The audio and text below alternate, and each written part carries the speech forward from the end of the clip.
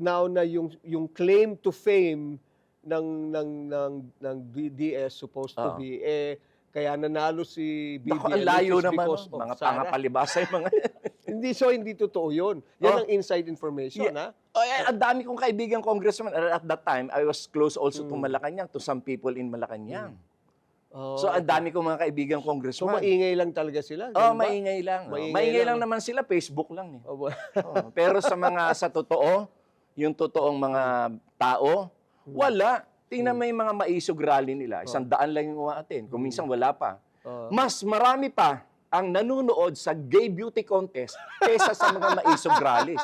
Isipin mo yun, kung gaano sila kawawa, yung proclamation lang ng senatorial candidates, ang mga nakakita sa Club Pilipino ginawa.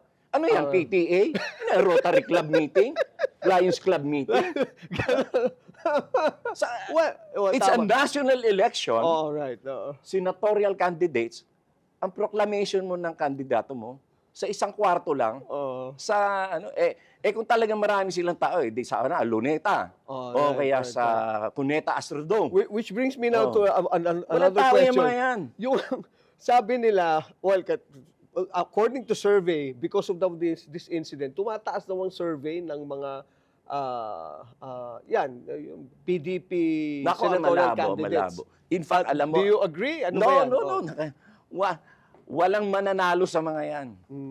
Ba't hindi kayo makakumpleto ng 12 na line-up? Di ba? Kung halimbawa, ako tanungin nila, kandidato ko sa... Ayoko nga! Bakit?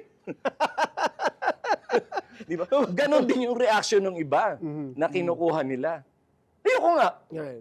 Ba't naman ako makikigrupo sa inyo? Mga laos na kayo, mga talunan kayo. Di ba? So, delikado rin pala si VP si Sara pag ganyan. Hindi siya mananalo. Nako, totally, hindi siya mananalo. Huwag na siyang magpakunwari, magpalabas ng mga ingay na ratakbo siyang presidente. Hindi siya mananalo. At the most that she can get, 3 to 4 million. 3 to 4 At the million. most, yes. The most na yan. You're talking about the presidency. Yeah.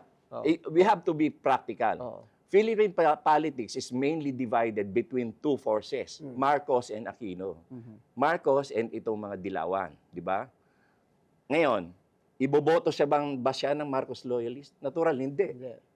Iboboto ba siya ng mga pinklawan, dilawan? Hindi, kasi may sarili silang kandidato eh. Andyan si Bam Aquino, andyan si Kiko Pangilinan, andyan si Risa Hontiveros. Ba't naman namin iboboto isang Sara na kaaway din namin?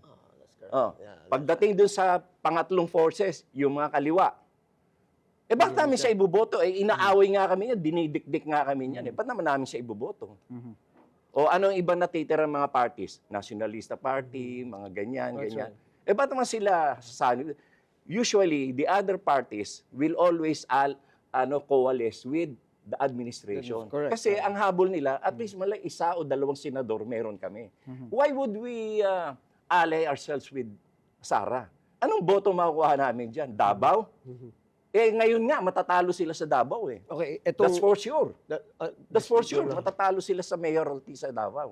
Pero ang dami nga nagsasabing ganun nga daw. Bakit? Miski daw yung kalaban na parang mas mataas pa daw sa survey. Especially now. No? I mean, I read, no? But of course, there are several surveys. No? But for you to have... And you have to remember that the Nograleses are not new in politics. Yes. Mga dating congressman yan, governor. No? Sabay-sabay nga mag-congressman yung magkakapatid. And they are political kingpins also in Davao. Right. So you cannot discount the fact that they also have a network. Yes. Apart from the things that they have proven prior pa. Prior pa to this election. So ang gagaling ng mga yan, yung magkakapatid na yan. Yung babae, si Migs, at saka itong si Carlo, at saka si Coco, ay ang gagaling ng mga yan. Ang tatalino niya mga yan, ang gagaling, at mababait.